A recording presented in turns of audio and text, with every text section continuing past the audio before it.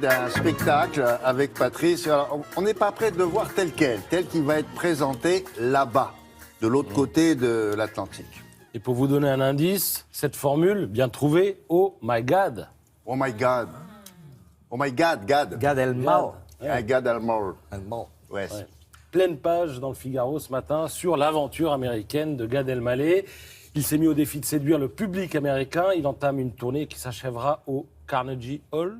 Carnegie Hall, oui. Voilà. Alors, c'est la consécration et ça témoigne quand même d'un certain courage. Il faut lire la pleine page du Figaro ce matin et voir un petit peu par quelles étapes il est passé pour en arriver là. D'abord, il a fallu obtenir le visa d'artiste. Bon, le fait d'avoir joué avec Woody Allen et Steven Spielberg, ça l'a aidé. Mais après, oui, il faut avoir un permis. Hein. Oui, il faut avoir un permis. Oui, il faut avoir un visa. Sinon, ils vous laissent pas. On ne peut pas arriver comme ça. Tiens, il y a un théâtre, j'arrive, je pêche, je rentre. Non. Oh. Non, c'est un peu compliqué. Et puis après la tournée, il dit à un moment, je me retrouve au fin fond du Texas avec ma doudoune. Et je me dis, mais pourquoi je m'impose tout ça ? Personne ne le connaît. Personne ne sait qui c'est.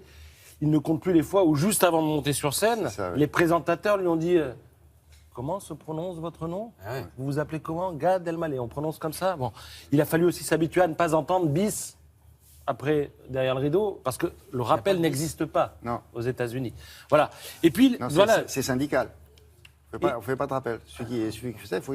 Voilà, On vient, on est payé pour ce qu'on fait, on c'est une s'en va. amende. Si vous êtes trop nombreux dans la loge de l'artiste après le spectacle, il faut payer. Vous payez. Pour rester. Oui. Non. Ouais, Ah ouais, c'est bizarre là-bas. Il dit avoir découvert la vie de stand-up. Eh ben, c'est pas simple. Il dit on est payé $30 les jours de semaine, $100 le week-end. Et il dit à 45 ans, lui ça va parce qu'il a déjà gagné sa vie. Bon, il dit mais à 45 ans, mes amis, ils font 6 clubs tous les soirs pour pouvoir gagner leur vie. 6 fois un quart d'heure, 6 fois 20 minutes. Et c'est un énorme luxe, dit-il, que de ne pas avoir à subir ça. Et alors, quand les copains viennent chez moi boire un verre, ils me prennent pour un trafiquant de drogue. Parce qu'ils voient où il habite. Et ils ne comprennent pas. Alors, il est dans la foulée de Steinfeld, qui est un homme qui connaît bien le spectacle. Qui est Monsieur Humour. Monsieur Humour aux États-Unis. Jerry Seinfeld. Oui, il lui fait faire la première partie. Ouais. Alors maintenant, il va être Oh my God, ça va être son spectacle. Et on va voir ce que ça va donner. Alors, on essaye d'avoir des images. On verra. Pour l'instant, c'est difficile. Dans le Figaro, toujours, le classement des romanciers qui vendent le plus. Alors, pas de surprise, mais quand même des chiffres qui font peur. Enfin, impressionnent en tout cas. Guillaume Musso, 1 800 000 exemplaires vendus en 2016, suivi par Michel Bussy, 1,2 million, Anatole, Marc Lévy, etc. Les 10 romanciers français qui vendent le plus représentent un quart en volume et en valeur de la fiction française. Et alors, dans le Figaro, vous avez un petit encadré sur ceux qu'on n'attendait pas dans ce classement. Vous avez Françoise Bourdin, dont on parle peu, mais qui est 6e, qui a vendu 700 000 exemplaires l'an dernier. C'est la plus prolifique des romancières françaises. Elle a fait 37 romans.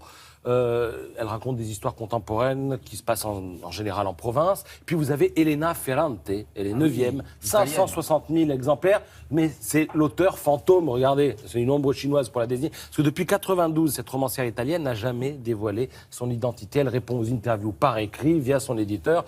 Je ne déteste pas les mensonges, dit-elle, dans la vie je les trouve même plutôt sains.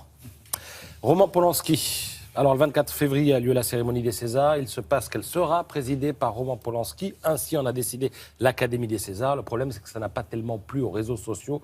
Donc, Polanski étant, je le rappelle, en bisbille avec la justice américaine pour une histoire de viol qui remonte à 40 ans. Alors, il rappelle qu'il s'est excusé auprès de la victime, qui a elle-même demandé à la justice américaine d'abandonner les poursuites à plusieurs reprises, ce qui ne s'est pas fait. Mais enfin, il risque d'y avoir un petit peu débat sur cette affaire. Je termine avec la BD du jour et un revenant. Mais quel plaisir de le revoir, Bug Danny. Les héros vintage ne sont jamais aussi bien vendus. Alors, les oiseaux noirs, c'est le titre. Ce sont les fameux avions espions qui volent à Mach 3, donc qui explosent le mur du son. Et cette fois-ci, ces avions partent d'une base aérienne située au Japon afin d'effectuer des missions d'espionnage dans le nord-est de la Russie. Le dessin, regardez, est toujours aussi réaliste, réussi, Non, mais est-ce que splendide. l'auteur, c'est encore Jean-Michel Charlier ou pas? Oui, scénario Jean-Michel Charlier et dessin François Bergès. Et c'est... On s'en lasse pas, quoi. Un génie, vous savez, ce monsieur. Et c'est aux éditions Dupuis. Merci beaucoup.